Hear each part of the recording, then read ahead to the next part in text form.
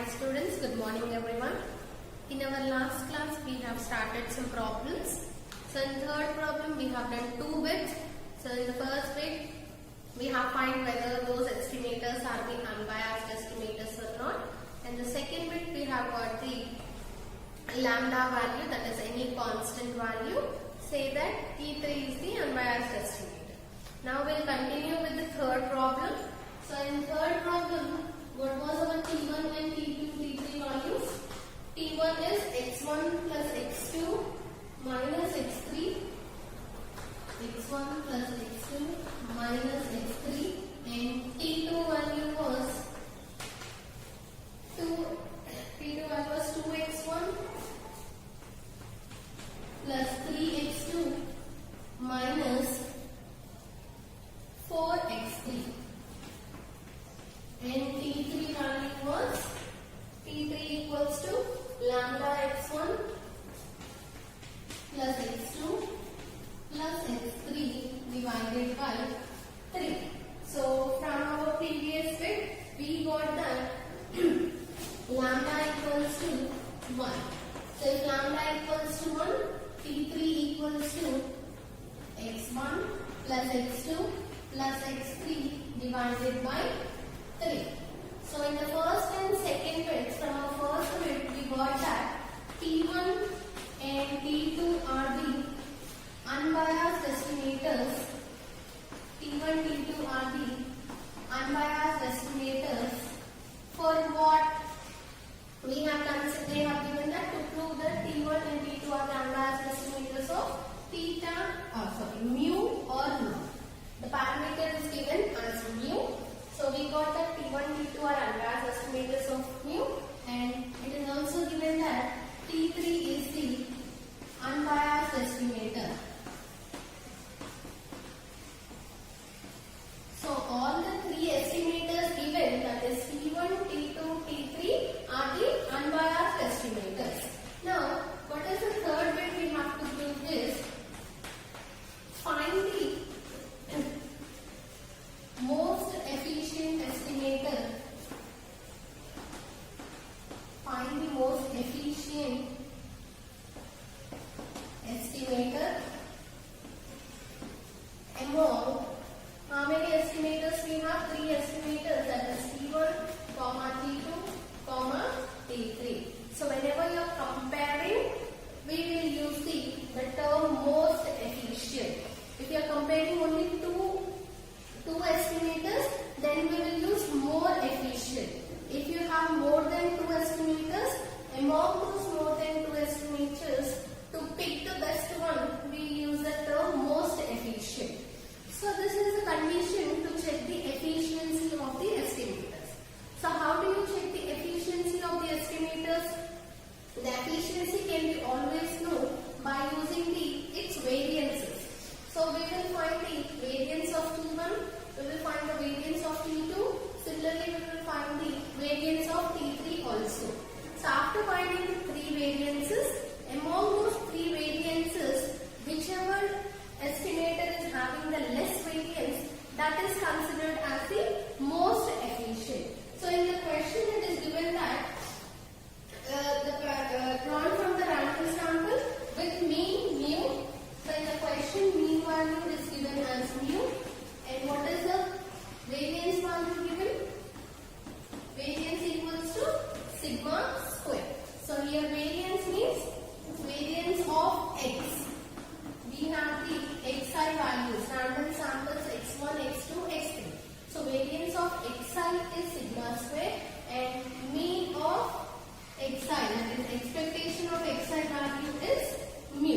These are the values given in our question. Now first I will find the variances. So first I will find the variance for consider variance of T1.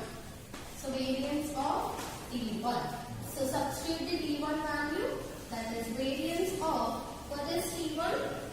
x1 plus x2 minus x3. So what is the formula for variance of A plus B or A minus B? The formula is variance of A plus variance of b. If you have a minus b, you will have minus 2 into covariance of a comma b. Similarly, if you have variance of a plus b, which is equals to variance of a plus variance of b minus 2 plus 2 into covariance of a comma b. We have all these variances formulas in our lab sum itself. So whenever you have three variables also, that means a plus b minus c, you get variance of a plus variance of b plus variance of c, and covariance terms you will get. First, if you are finding a, b, you will get, suppose if you have like this, variance of a plus b minus c. How will you get variance of a plus variance of b plus variance of c? Next, plus 2 into covariance of a comma b. Next, minus 2 into covariance of b comma c minus 2 into covariance of a comma c. So wherever you have c, there the covariance term will be negative. But the variables given, the sample values are independent. So whenever sample values are independent, the covariance term will become 0 or covariance term vanishes. So that's why the variance of a plus b minus c can be written as variance of a plus variance of b plus variance of c itself. So here we have variance of x1 plus x2 minus x3. So this can be written as variance of t1 is equals to variance of x1 plus variance of x2 plus variance of x3. So substitute the values of variance of x1. Since variance of xi is sigma square, so for all the sampling units x1, x2 and x3, the variance will be same. That is sigma square itself. So sigma square plus sigma square plus sigma square. So therefore we got that variance of t1 is equals to 3 into sigma square. So now we got the variance of t1. Now similarly find out the variance of t2 also.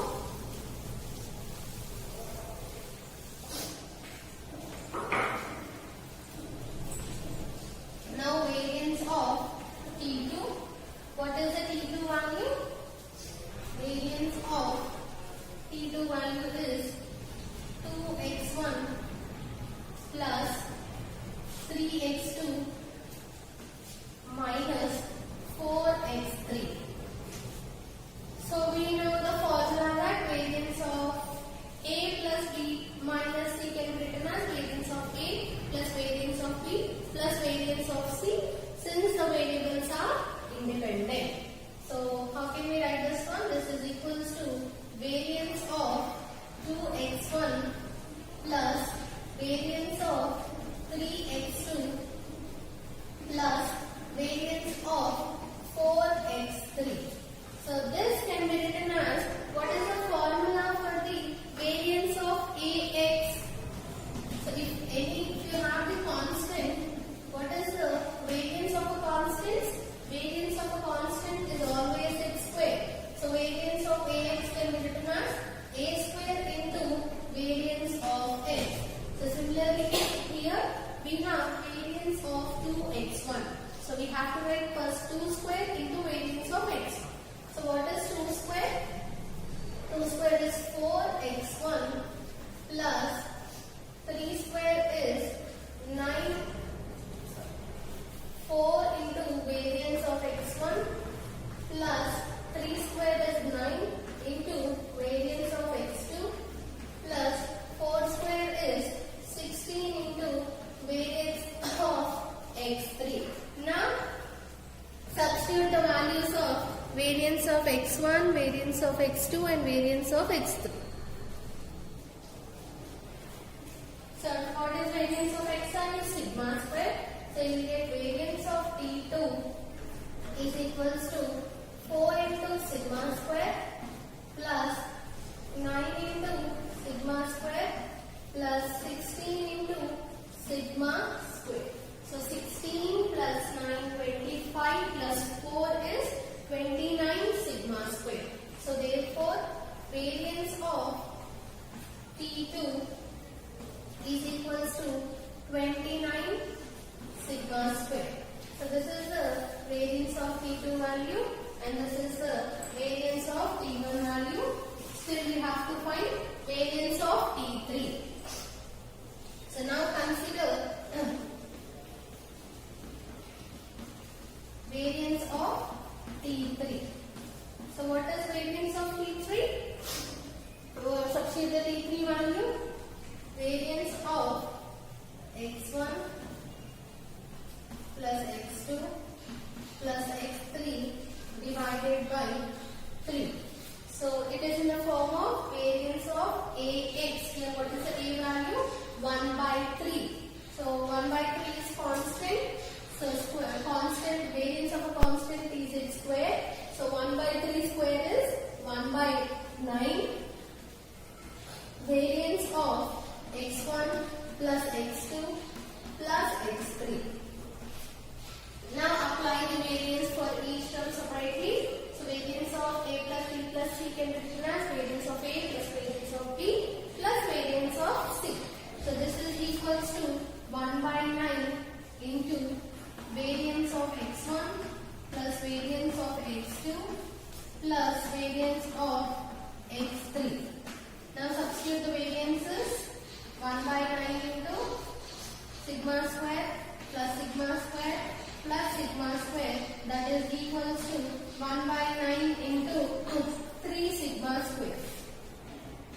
So 3 ones are 3 threes are. So therefore variance of T3 is equals to sigma square by 3. So if you observe here, what is variance of T1? 3 sigma square. So what is variance of T2? It is 29 sigma square. So variance of T1 is less than variance of T2. But what is variance of T3? Sigma square by 3. So this value is the minimum value, right? So among 3, 29 and 1 by 3, what is the minimum value? It is 1 by 3. So therefore variance of T3 is the less value. So how do you write this one?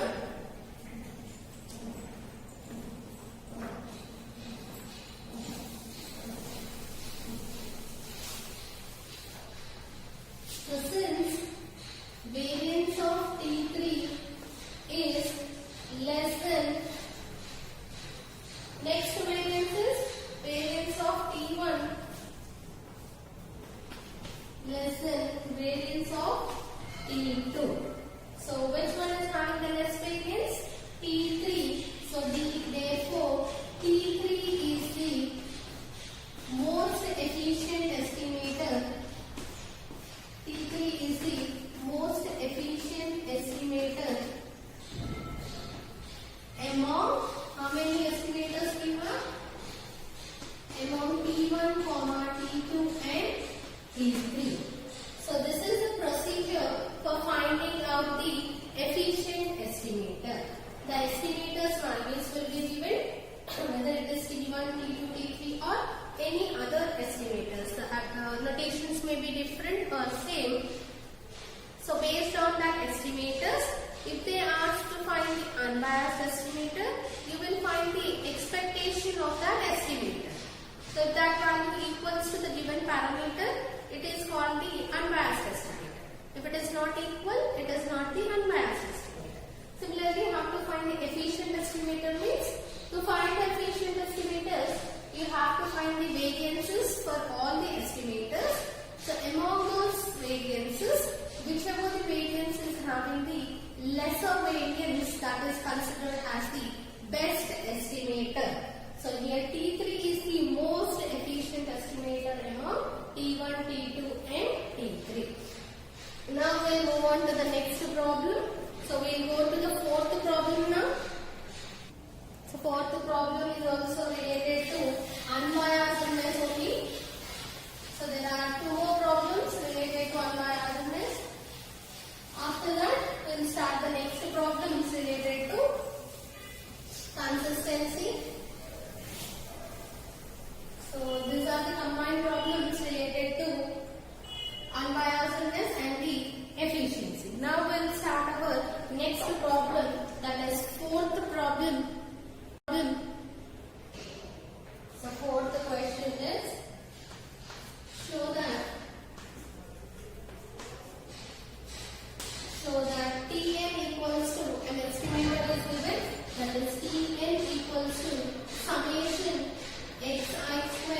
by n. So this is the estimator given, that is Tn equals to summation xi square by n is the unbiased estimator, is the unbiased estimator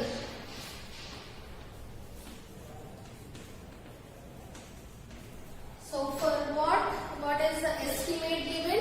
The unbiased estimator of mu square plus 1 in normal mu comma 1. So given that the sample is drawn from the normal population with mean mu and the variance 1. Generally, how do you write the normal distribution notation? Normal with mu comma sigma square. So mu value translates mu only. In place of sigma square we have 1.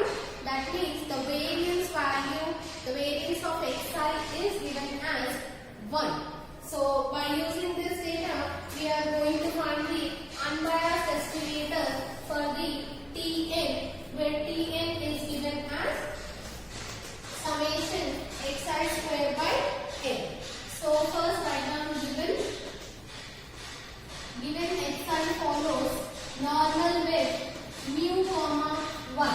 So what does it indicate?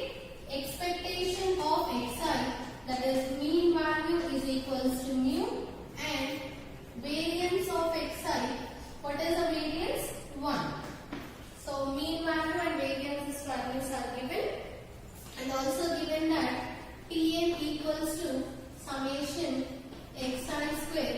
The summation will range from I equals to 1 to n xi square by n. So what we have to prove? We have to prove so unbiased estimator means expectation of Tn value. Expectation of Tn equals to, what is the estimate given? Mu square plus 1. So we have to prove this one, that is expectation of Tn is equals to mu square plus 1. So first consider expectation of Tn. So expectation of Tn is equals to, substitute the Tn value. Expectation of Tn value is 1 by n summation I equals to 1 to n xi square. So it is given. Now what is the constants? Write down all the constants outside. You will get 1 by n summation I equals to 1 to n expectation of xi square. So we don't know expectation of xi square. We have to find the expectation of xi square. So keep it as equation 1. Now this is expectation of Tn value. So whenever expectation of xi square is not available, by using the variance formula, we will be finding the expectation of xi square value. Now consider variance of xi. So here sample values takes the population values. So you can replace the small x values to capital X.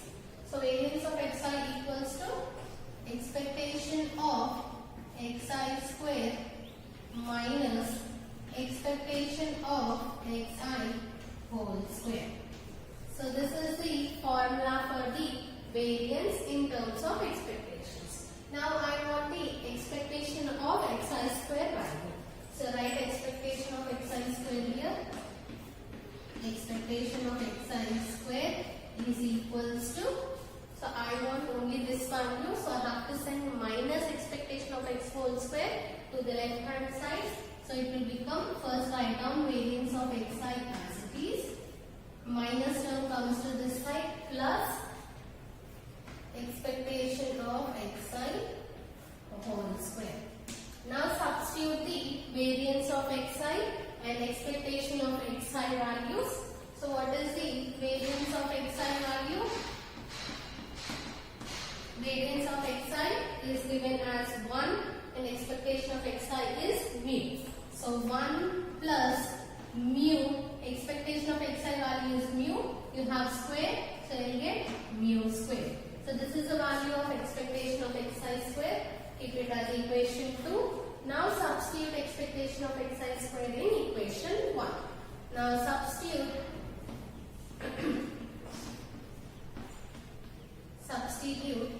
equation 2 in equation 1. So what you will get? Expectation of Tn is equals to 1 by n as it is. So 1 by n summation I equals to 1 to n also as it is.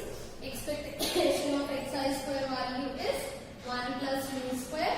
So substitute that one, 1 plus mu square. Now you have summation I equals to 1 to n, but you don't have any items to substitute the summation values. So in place of summation I equals to 1 to n, we can write n because we have total n values. So which is equals to 1 by n into mu square plus 1. So n and n gets cancelled. Expectation of Tn equals to mu square plus 1. So this is what we have required to prove, right? That is expectation of Tn equals to mu square plus 1. So therefore Tn is the unbiased estimator. So what is the Tn value?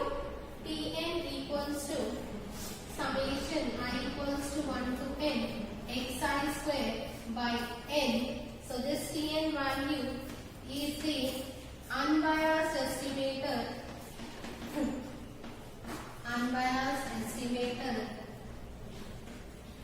of mu square plus 1 in normal mu comma 1. So whenever you consider the normal distribution with mean mu and the variance as 1, then this summation xi square by n value will be the unbiased estimator for mu square plus 1. So now we'll move on to the next fifth problem. If you want, if the video is very clear, you can write your notes from the video itself. I'm writing each and every step on the board so that it will be a practice for you also. So coming to the fifth question. Fifth question is find the unbiased estimator. Find the unbiased estimator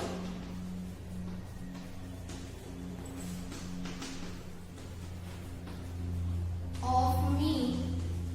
So we need to find the unbiased estimator for mean in the binomial distribution.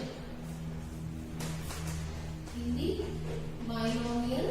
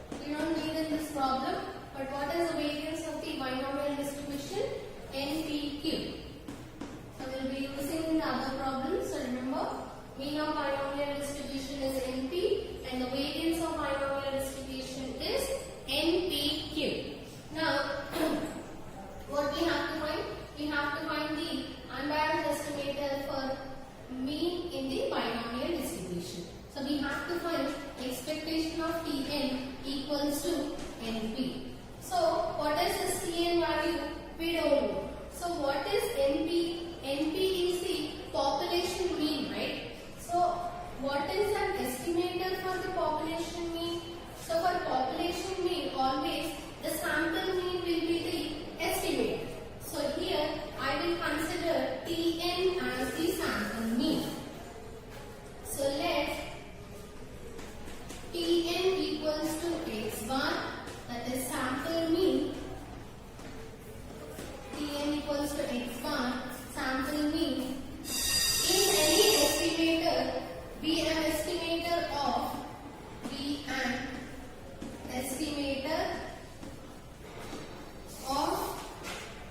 mean. So that is NP. So I am just considering that Tn equals to x bar is an estimator of mean, that is NP. Now, if I find expectation of x bar, I have to get NP. So now consider expectation of Tn. So expectation of Tn equals to expectation of Tn value is x bar. So what is the formula for the x bar? X bar equals to 1 by n summation xi. So substitute that value. Expectation of Tn equals to expectation of 1 by n summation I equals to 1 to n xi. Now write all the constants outside. You will get 1 by n summation I equals to 1 to n expectation of xi. So what is expectation of xi value? NP. So substitute that value. Expectation of Tn equals to 1 by n summation as it is. Expectation of xi value is NP. So substitute that value NP. Now, are there any I terms to substitute the summation values? No. So in place of summation I equals to 1 to n, I can write simply n because there are totally n terms. So this is equal to 1 by n into NP. So n and n gets cancelled. So therefore expectation of Tn equals to NP. So expectation of Tn equals to NP, where NP is the mean, right?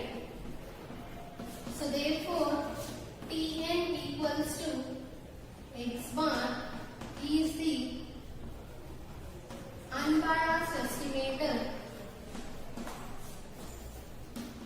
Unbiased estimator for mean of mean.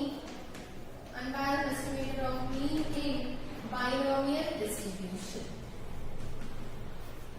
So whenever they ask to find the unbiased estimator for the population mean, so it may be any distribution. Here the distribution is binomial. In place of binomial, you may have some other distributions also. So if you have that kind of distributions, what we will do? Since population mean, always the sample mean will be the unbiased estimator for population mean. So by considering that condition, we will take Tn is the sample mean value. And by substituting those values, we will be getting the unbiased estimators for the population mean. So overall, in the first result only we have to that sample mean is unbiased estimator for population mean. So it is applicable for the all populations. So it may be any population, it is discrete or continuous, always the sample mean will be the unbiased estimator for population mean. So if they ask to find out the unbiased estimator for any population mean, you have to consider first the sample mean value and find the expectation of that sample value, which will be equal to the population mean. So we'll continue with the next problems in our next class. So meanwhile, keep writing your notes. Don't forget to write the notes. You can write these problems, all these problems from the